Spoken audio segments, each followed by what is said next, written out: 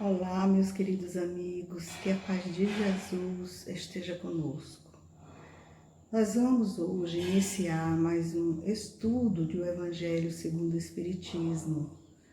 Vamos com muita paciência e calma para a gente ir devagarinho entendendo as mensagens que estão contidas no Evangelho. E quando a gente fala o Evangelho, a gente, por extensão, pode falar da própria Bíblia, né? Nessa composição da Torá, que é o Antigo Testamento, nos profetas, no Novo Testamento, das cartas de Paulo, dos Atos dos Apóstolos.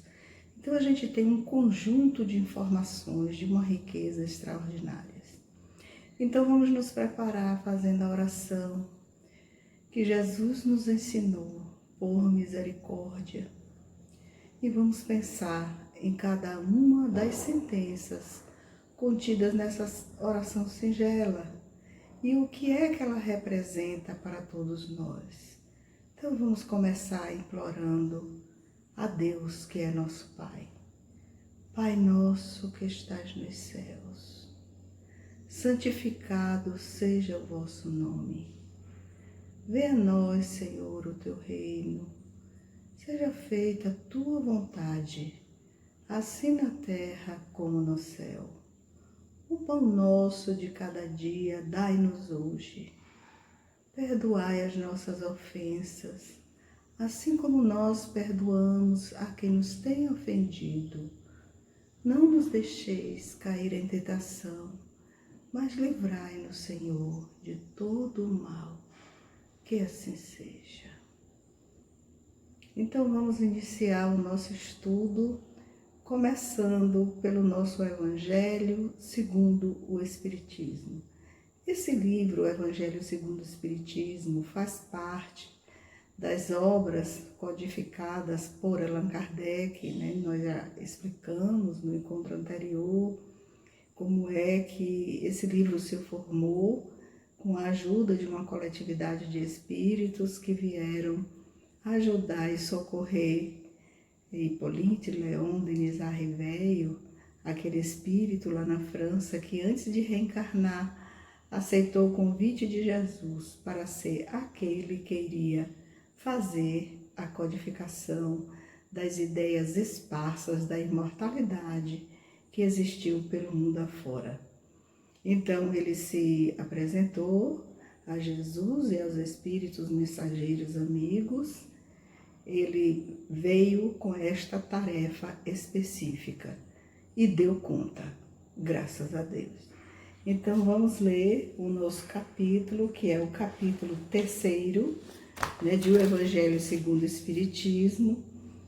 E vamos primeiro fazer um entendimento, porque Allan Kardec, ele é um exegeta, ele é um intérprete profundo das ideias que os espíritos trouxeram a respeito da realidade da vida. E quando eu falo vida, eu estou falando vida aqui na existência na Terra, e eu falo de vida também depois de atravessarmos a longa estrada até chegarmos no umbral da morte. Então nós vamos ver aqui nesse capítulo que ele tem 3 textos específicos, que são textos que não são únicos, são ideias com alguns textos que vão falar a respeito das muitas moradas na casa do Pai. Aí nós vamos ter os textos que Allan Kardec compôs. Nós temos os diferentes estados da alma na erraticidade, que é aquele período entre o momento que você desencarnou, você está morto, você chegou ao mundo espiritual, até a próxima reencarnação, até a próxima experiência para uma nova jornada. O segundo texto, Allan Kardec vai falar sobre as diferentes categorias de mundos habitados. Por aí a gente já vai ver que vai derrubar a tese de que só o planeta Terra é habitado, derrubando também a dúvida milenar que existe na cabeça das pessoas a respeito se há vida em outros planetas. E o terceiro texto, a destinação da Terra, que é onde nós moramos, as causas das misérias terrenas. Então ele vai explicar por que a gente sofre, por que a gente aqui na existência vive uma vida de aflição, de tortura, de medo, de culpa, de revolta. Então é uma vida de angústias. E aí ele vai nos explicar aí nesse terceiro texto. Quando nós chegamos às instruções dos Espíritos, é muito curioso, porque nós vamos encontrar 5 textos que representam uma instrução dos Espíritos, mas não tem assinatura. Olha que curioso. Esses 5 textos representam o resumo do ensino de todos os espíritos superiores. Esses 5 textos representam o pensamento destes espíritos superiores que não são espíritos crísticos, da mesma condição espiritual, da mesma natureza de Jesus. Jesus é um espírito crístico.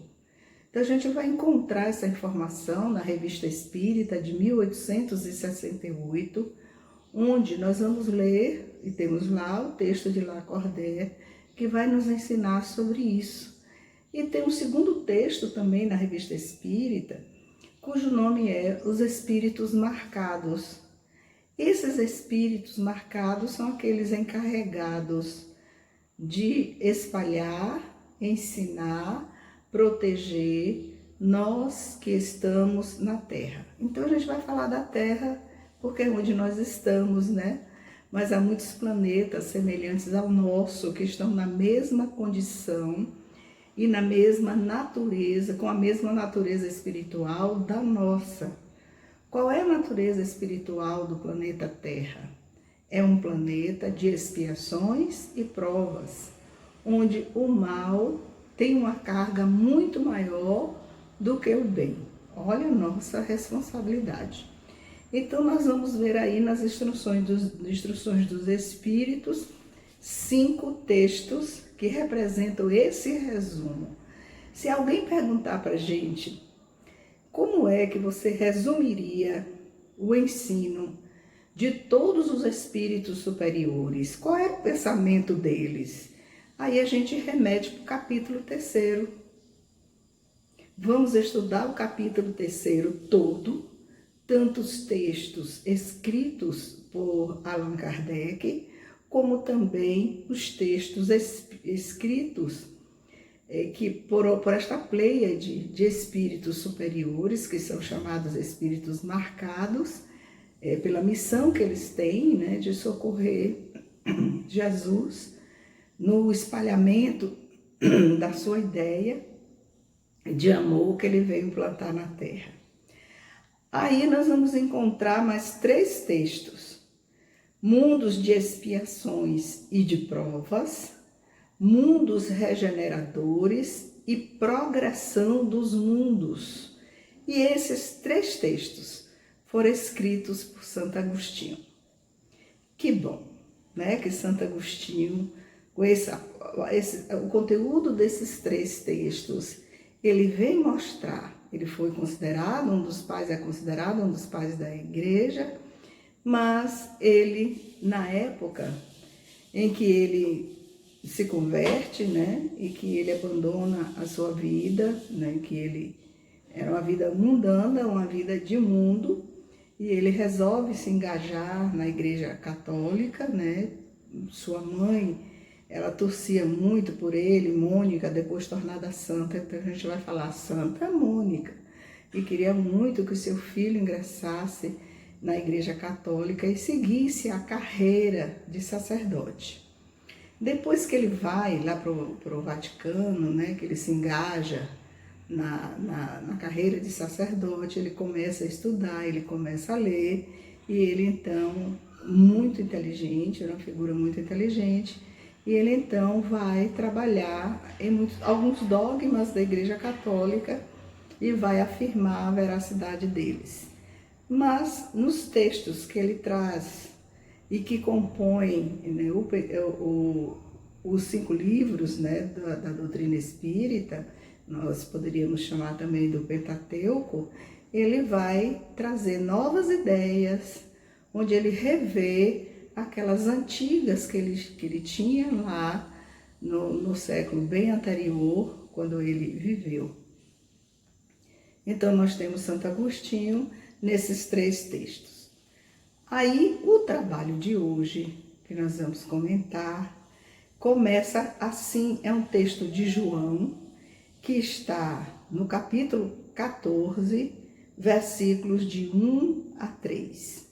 No Evangelho segundo o Espiritismo, ele diz o seguinte: não se turbe o vosso coração. É João que está dizendo para a gente. Credes em Deus, crede também em mim. Há muitas moradas na casa de meu Pai. Se assim não fosse, já eu vô-lo teria dito, pois me vou para vos preparar o lugar. João está repetindo as palavras de Jesus. João é aquele discípulo considerado o que mais amava Jesus, é aquele discípulo que teve uma vida longa, ele morre com mais de 80 anos, e ele é exilado e colocado numa ilha grega, a ilha de Patmos, e lá ele viveu numa gruta, e dessa gruta, por uma janela que ele escavou na pedra, ele podia ver a Bahia, onde chegou e aportou Paulo numa de suas visitas por aquelas regiões. Então é uma gruta muito tosca, né? Ele cava, e é bastante interessante a forma como ele fez. Ele construiu um móvel muito tosco na pedra. Ele fez uma mesa inclinada. Ele sentava à frente numa pedra também, mais redonda, que ele ajeitou e arrumou, defronte dessa mesa. Não era uma mesa na ideia que a gente tem de mesa, porque ele escavou isso na pedra e fez a parte assim, caída, inclinada, de modo que quando ele escrevesse, ele pudesse soltar as folhas de papel que iam caindo num retângulo embaixo, também na pedra. Qualquer vento que desse não levaria as folhas para fora.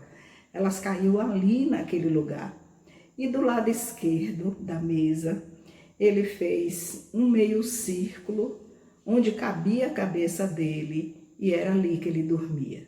Então, visitar essa ilha, a gente toma um susto, um choque, e fica a meditar quantos anos ele levou ali naquele lugar, se alimentando do mínimo necessário para sobreviver e bebendo água, sempre bebia água. E escrevia durante o dia e a noite, sem parar. O papel, não é papel A4, né, minha gente? Eram papiros que ele conseguia, que era muito comum naquela região. Ele conseguia os rolos de papiro, levava, e ele foi então escrevendo uma série de informações que os espíritos superiores, esses espíritos marcados, né, o ajudavam a escrever. Foram notícias para o futuro, notícias para a posteridade. Então, um pouquinho só da vida de João para a gente entender melhor. Olha bem. Depois que me tenha ido, diz Jesus, e que vos houver preparado o lugar, a gente precisa pensar que lugar é esse. Voltarei e vos retirarei para mim, a fim de que, onde eu estiver, também vós aí estejais. Então, a gente está vendo aqui que a primeira lei que a gente vai encontrar é a lei do progresso. Jesus estava falando para os inferiores a ele. Então a gente precisa voltar ao Evangelho e ler o capítulo que vai falar sobre a perfeição, para a gente ver as condições da perfeição, os caracteres da perfeição. Não é que a gente precise chegar a essa perfeição exigida nesse capítulo, mas a gente precisa entender o que é que nós estamos fazendo aqui na Terra. Seria a Terra o único lugar para a gente morar? Então a gente morre e continua pela Terra perambulando ou morreu, acabou? Para onde nós vamos? É a grande pergunta. Como a gente termina e terminava sem saber responder essas questões, terminamos então indo pelas informações ou acolhendo as informações que a Igreja Católica Apostólica de Roma, não é? Ela nos ensina em sua exegese. E vamos também seguindo aquilo que os nossos irmãos evangélicos também ensinam, deixando apenas 3 opções de lugar de morada, que é o céu, que fica no alto, o inferno, que está abaixo, a gente não sabe direito de onde que é, né? Mas tem também um lugar chamado purgatório, onde as almas que não são suficientemente boas para estarem no céu, nem também tão ruins para irem para o inferno eterno, elas vão para esse lugar purgar, né, toda a sua maldade. Também tem um tempo para elas terminarem de purgar, aí a gente vai fazendo uma série de perguntas para compreender como é que esses lugares que foram encontrados e ditos, eles estão aí numa localização incerta que não se sabe onde. Quando a doutrina espírita, e aí eu quero esclarecer para vocês que não são só os espíritos que vieram falar das muitas moradas. Há uma vasta literatura, inclusive que precede, né, o trabalho de Kardec, apontando para estas vastas e inúmeras moradas que Deus construiu para abrigar os seus filhos. Se é assim, algumas pessoas já tiveram acesso a essa informação, mas nós vamos agora ver como é que o Espiritismo, como é que os espíritos esclarecem para Allan Kardec como são essas moradas, como é que Deus fala dessas moradas, como é que Jesus fala a respeito dessas moradas. Vocês já viram aqui que João já se referiu à questão de que há muitas moradas na casa do meu Pai. Nós vamos entender isso aí. Então, nós não podemos partir do princípio da ideia católica nem evangélica. Nós temos que partir do princípio da imortalidade, mas a imortalidade no sentido de reencarnação espírita e no sentido do que é que nós estamos fazendo aqui, para onde vamos e de onde viemos. São perguntas de natureza filosófica que a gente precisa investigar. Fazendo esse trabalho, eu vi um livro de Emmanuel, eu gosto muito de Emmanuel, que ele diz assim: estude e viva. Você precisa estudar para viver melhor. Então não é Carmélia quem fala isso, é Emmanuel. E quando a gente... É um livro pequeno, magrinho, mas de uma profundidade que você precisa parar a cada frase, a cada parágrafo, para entender com o grau de conhecimento que você já tem, o que é que Emmanuel está querendo dizer naquele livro. Estude e viva. Esse estude é para você ter informações suficientes para, usando a inteligência e a razão, você não cair nos engodos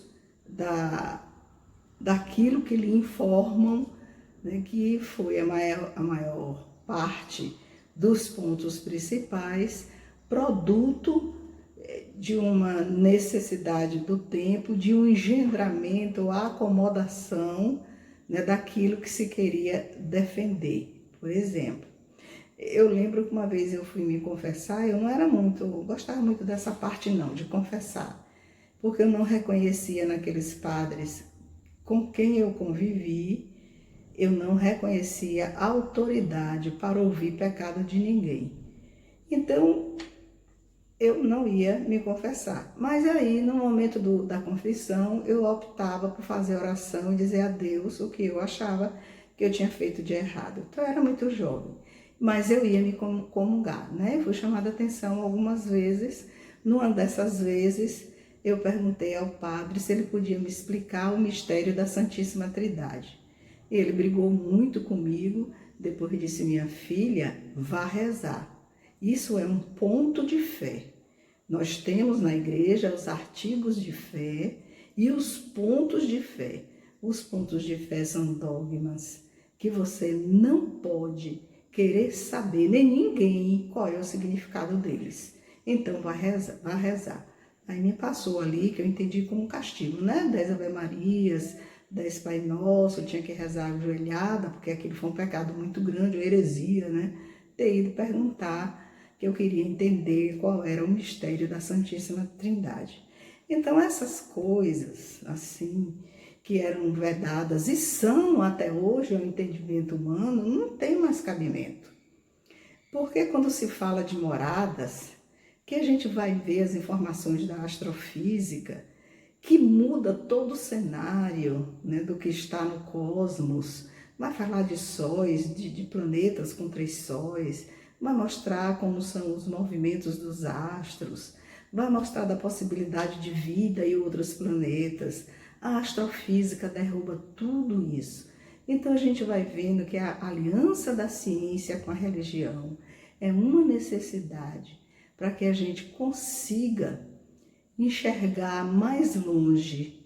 E aí, enxergando mais longe, a gente vai compreendendo, no caso das muitas moradas, que é nosso tema de trabalho, a gente vai entendendo que é uma necessidade e um entendimento da justiça de Deus e da bondade de Deus. Ora, se Deus não tem onde colocar essas milhares de almas do planeta Terra, né, caminhando para 8 bilhões que estão na existência, e aí pegando a informação do próprio Emmanuel, que ao redor do planeta Terra, a gente tem mais de 24 bilhões de almas querendo reencarnar. Todos nós, se estivéssemos na erraticidade, né, nós gostaríamos de nascer de novo, porque teríamos e faríamos programa para pagamento de erros do passado, como faríamos também programas, né, para a construção e desenvolvimento nosso enquanto espírito imortal. Joana de Ângeles vem explicar para a gente que essas ideias primitivas, elas fazem parte do imaginário humano e que estão calcadas em nós, no inconsciente coletivo. O inconsciente coletivo é tudo aquilo que a gente viveu nas inúmeras reencarnações e que marcaram a nossa existência enquanto espíritos imortais. Se a gente imaginar, desde o momento que fomos criados por Deus até esse instante de agora, a gente vai ver o princípio espiritual nascendo bebê. Aí, para onde ele vai? Ele tem uma trajetória. Nós vamos aprender essa trajetória lá no livro de Emmanuel, Entre 2 Mundos, e é lá que a gente vai ver como foi essa trajetória do princípio espiritual. Então ele vai passar pelos reinos todos, né, vegetal, animal, mineral, vegetal, animal, até chegar no reino hominal. E chegando ao reino hominal, é que ele vai começar a sua trajetória racional. Mas antes ele passa pela fase mítica. Então Joana vai nos falar que o inconsciente coletivo, ele transborda de informações míticas na trajetória do princípio espiritual. Então nós vamos encontrar moradas para o princípio espiritual bebê, estou usando aqui uma metáfora. Nós vamos encontrar moradas para o espírito adolescente, nós vamos encontrar moradas para o espírito jovem, nós vamos encontrar moradas para o espírito maduro. Nós somos considerados espíritos maduros, porém esse corte, de dizer, não, aqui no planeta Terra só reencarnam espíritos maduros, não é assim, porque uma fase, ela se envolve com a outra, e a gente vê todo esse processo no momento da gestação. Então a gestação, ela recapitula os reinos anteriores. Então naquele período embrionário, da embriologia, ela vai explicar, que tem o bebê humano, ele tem a mesma tradição de desenvolvimento de alguns animais, são idênticos. Aí depois ele corta esse cordão de desenvolvimento e o seu corpo toma a forma de ser humano e aí então ele vai nascer, Mas nós temos essas fases aqui. E a criança nasce e ela vai passar pelas fases até chegar aos 7 anos. Depois dos 7 aos 12 anos, depois dos 12 aos 16 anos, e aí entra na juventude, depois ele vai entrar na fase da maturidade, da dita maturidade. E depois da maturidade, um período razoável, ele entra no período da senilidade. Então aí está na terceira idade, na melhor idade, sei lá, digo como vocês quiserem, mas é esse período muito bom de amadurecimento que nós vamos viver. Então existem ou não existem muitas moradas na casa do Pai? Eu estou falando de uma forma bem simples para que alcance o entendimento de todos. Existe sim muitas moradas na casa do Pai.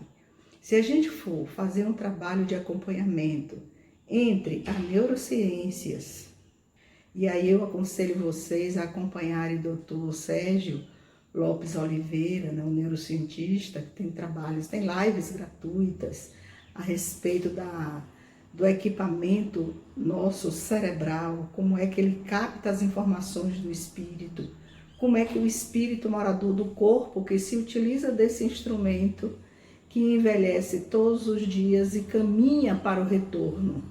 Isso falando de uma regra geral, como é que se porta o espírito.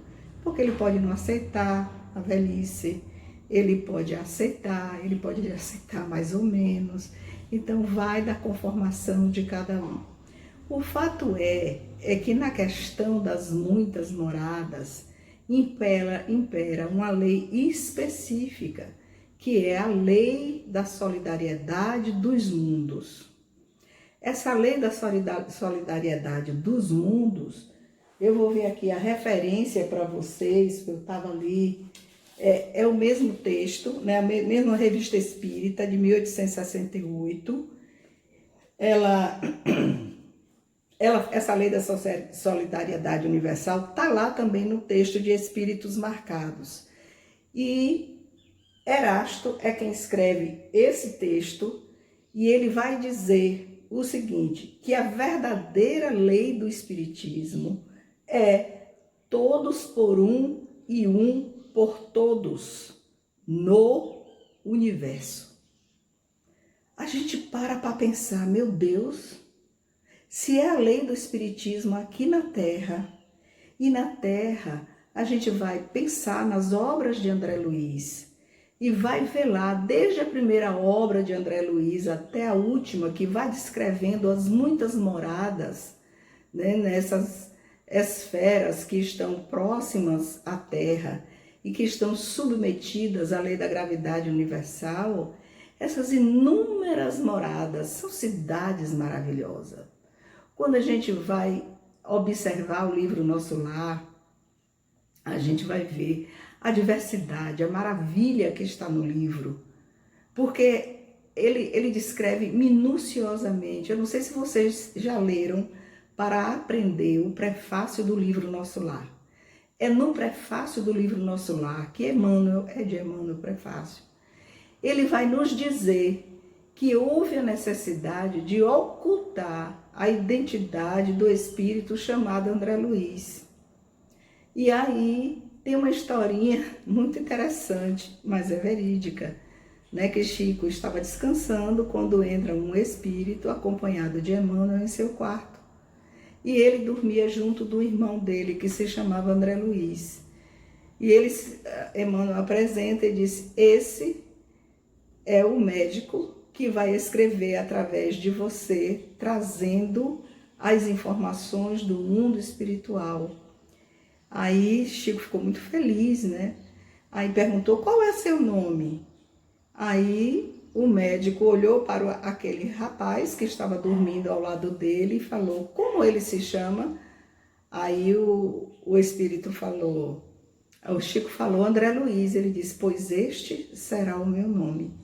Você escreverá todos os livros e vai colocar André Luiz.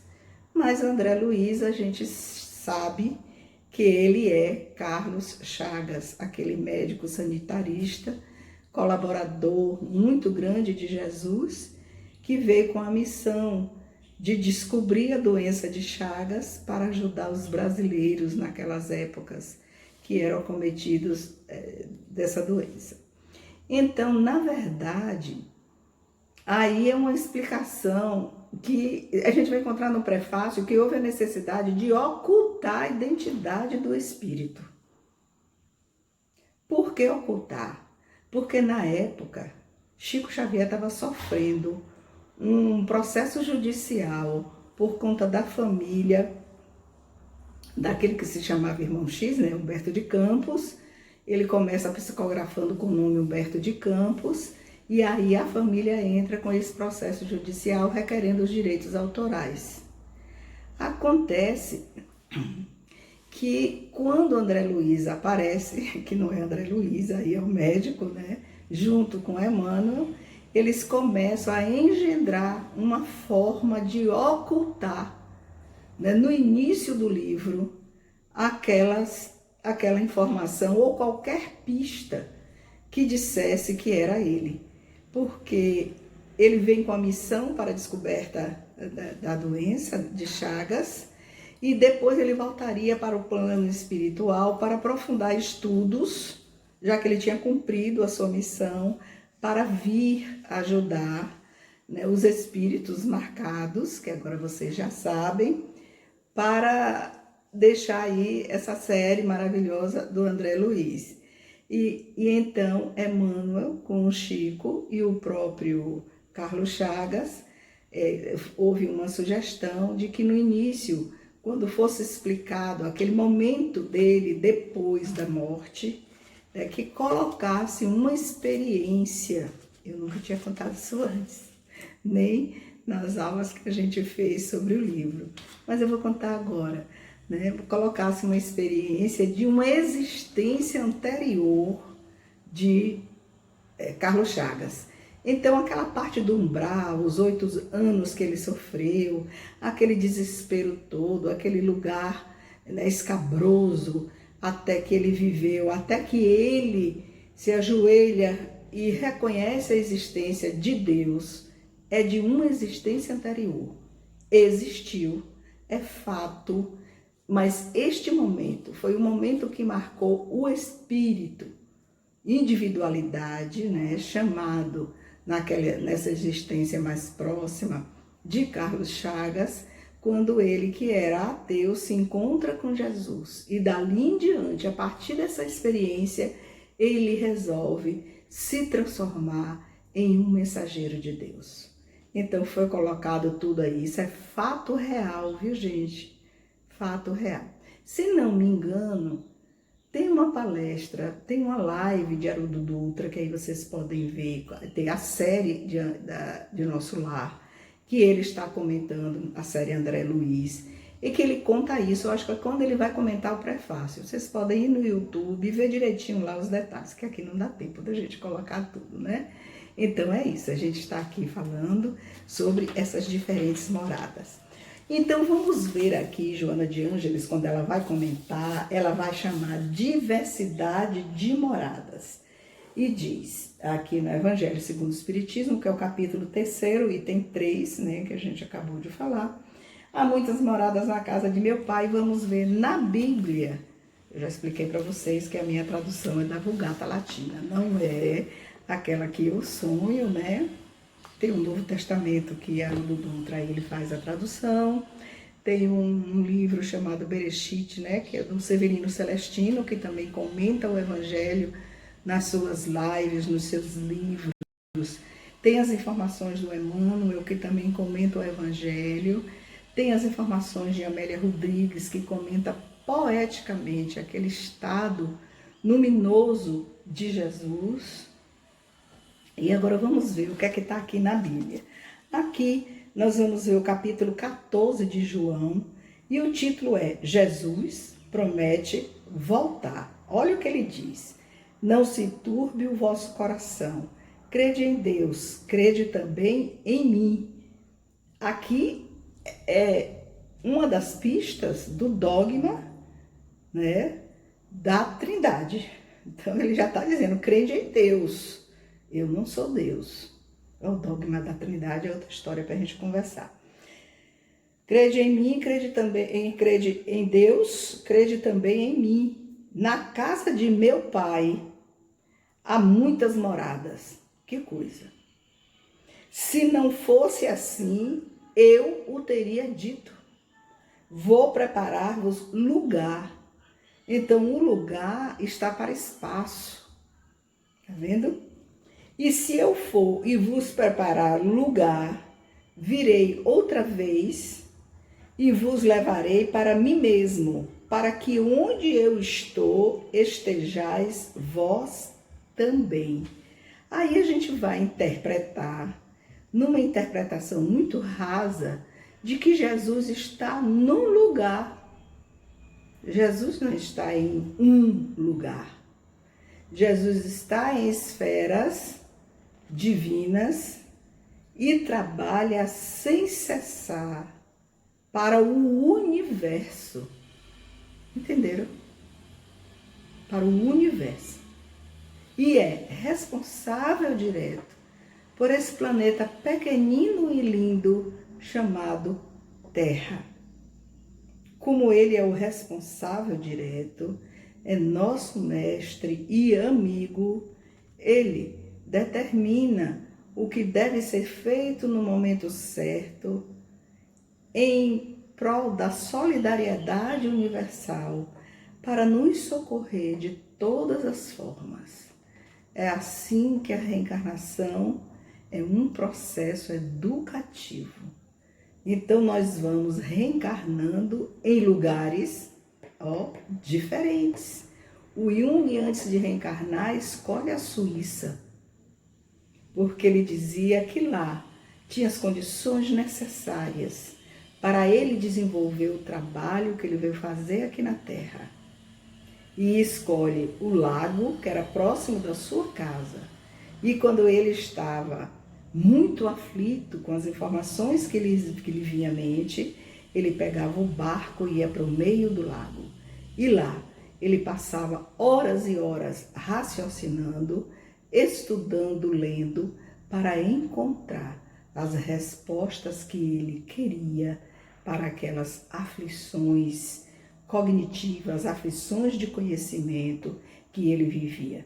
Afinal, ele estava em uma missão extraordinária, que era largar e introduzir novos conceitos para ajudar a descoberta do inconsciente feita por Freud, num tempo mais ou menos igual ao dele, que eles vivem, né? Eles se encontram, eles são amigos, depois eles se afastam, não viram inimigos, eles se afastam por conta da necessidade do Jung estudar, e aí o Jung encontrar as respostas precisas e necessárias para desenvolver aquele conceito inconsciente que o Freud nos trouxe, que era a missão do Freud. Vocês viram como as coisas são? O Jung, ele vai ampliar os conceitos de Freud. O André Luiz, ele vai ampliar os conceitos que estão no Pentateuco Espírita. Entenderam? Então, vêm essas pessoas muito bem preparadas para ajudar nós outros que estamos aqui em estado de expiação e provas. Expia, paga. Prova, vai criando resistência para os obstáculos que aqui estão. Vós, olha o que ele diz para os discípulos, Jesus, vós conheceis o caminho para onde eu vou. Os discípulos conheciam, mas não podiam dizer tudo. Olha que quando ele escolhe os discípulos, ele escolhe 12. Ele escolhe 11 pessoas equilibradas, que ele já sabia a procedência, de onde vinham e a sua trajetória espiritual.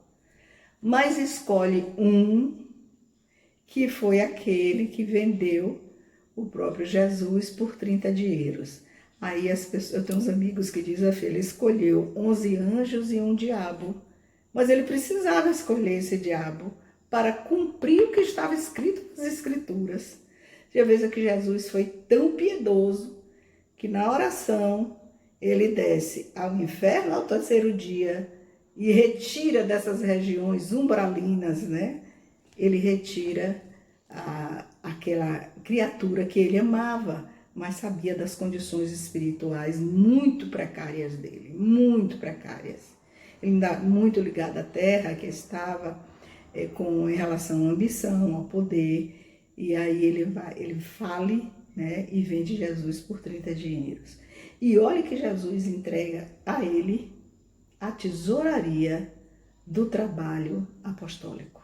Ele era responsável pela tesouraria. Ali já era uma responsabilidade financeira para ele gerir o custo dos apóstolos.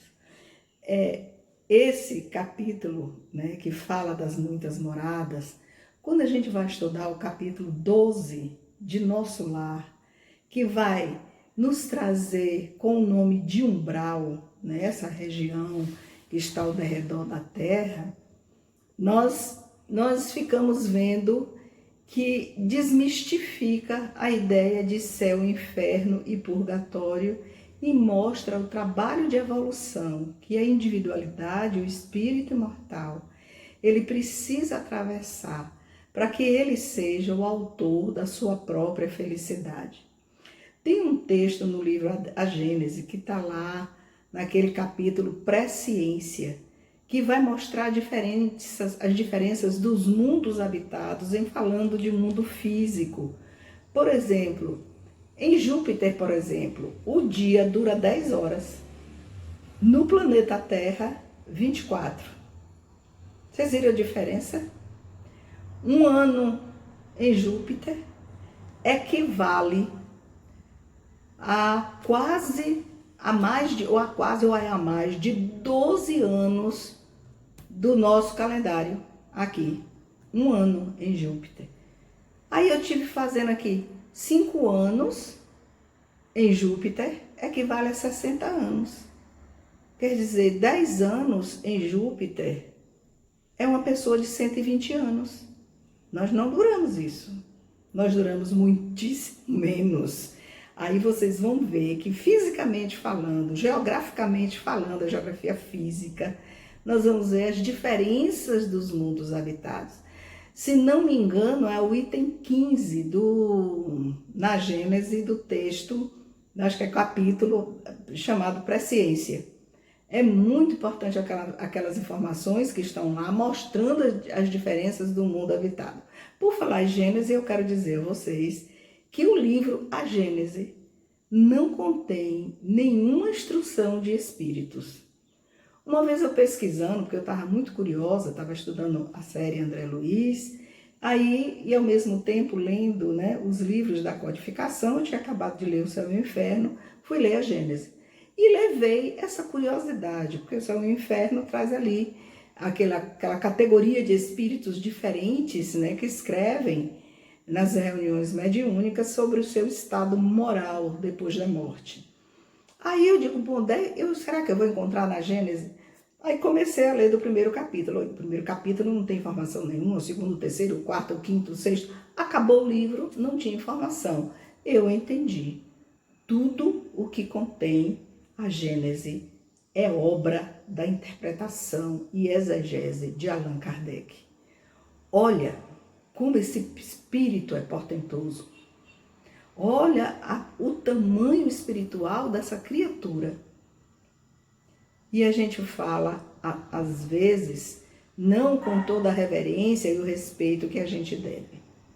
Assim, meus irmãos, essas muitas moradas, né, todas elas que obedecem à solidariedade universal, elas estão aí para nos mostrar que tudo que a gente tem de experiência nos muitos planetas, nas múltiplas cidades que rodeiam o planeta Terra, são lugares benditos para nos socorrer, para nos ajudar em nossas dificuldades. Tinha uma historinha para contar para vocês, mas eu vou contar no próximo encontro, né, se ela couber. E nós vamos terminar o nosso trabalho aqui pedindo a Jesus que nos ajude a criarmos o hábito da leitura, o hábito da reflexão, porque leitura sem reflexão não nos leva a muito lugar. O hábito da gente assistir as palestras no YouTube, selecionando quem nós queremos ouvir.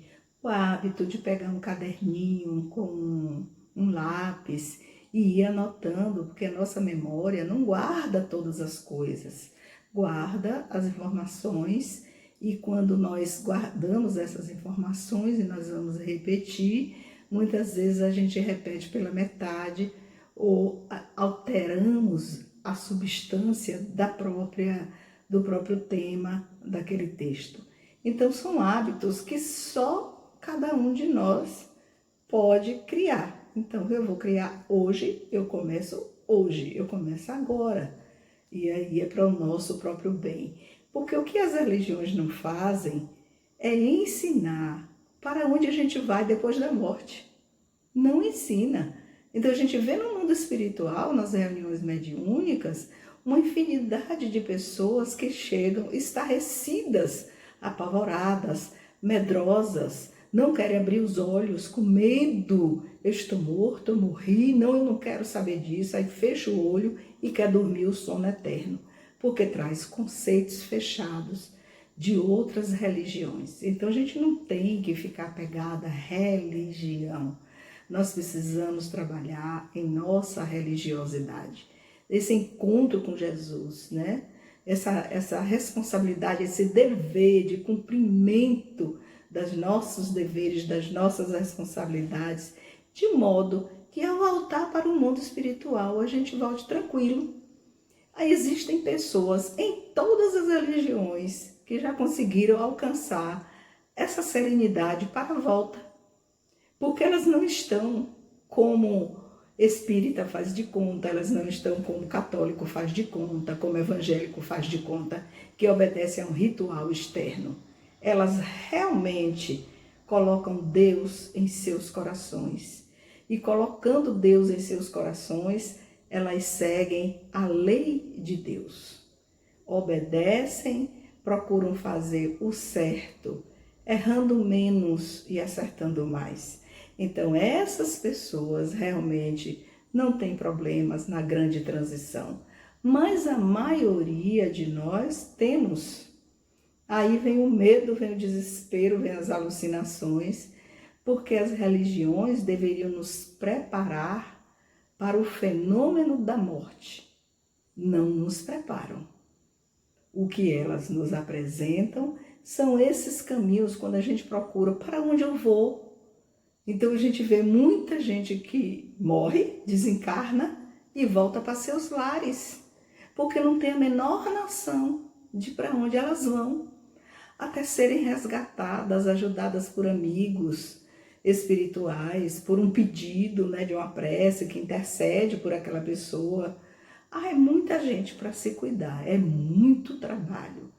Então a gente vai ver que é preciso a gente trabalhar muito, trabalhar sempre e estar vigilantes.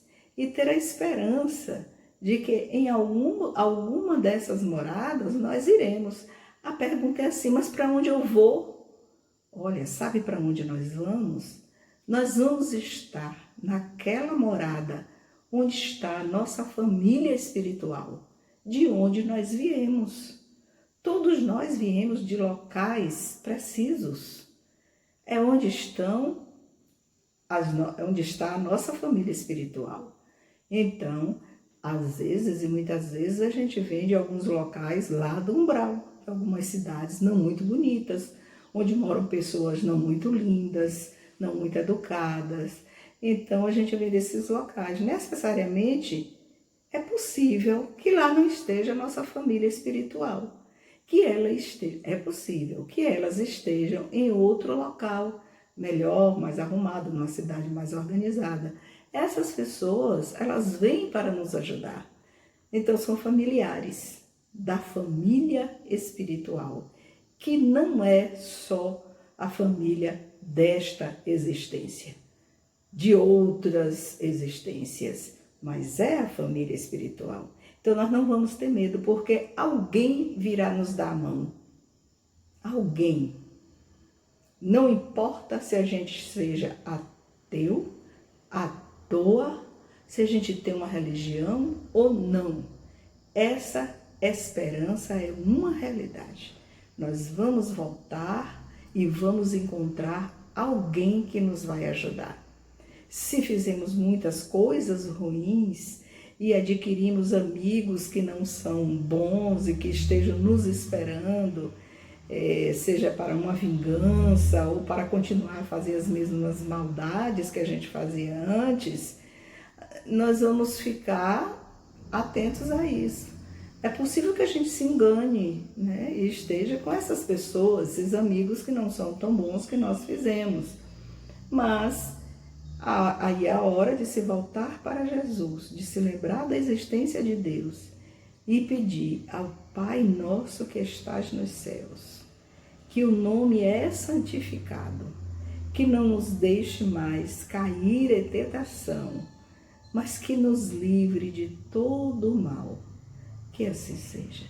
Que Jesus fique com vocês e que a noite seja maravilhosa. Na paz de Deus.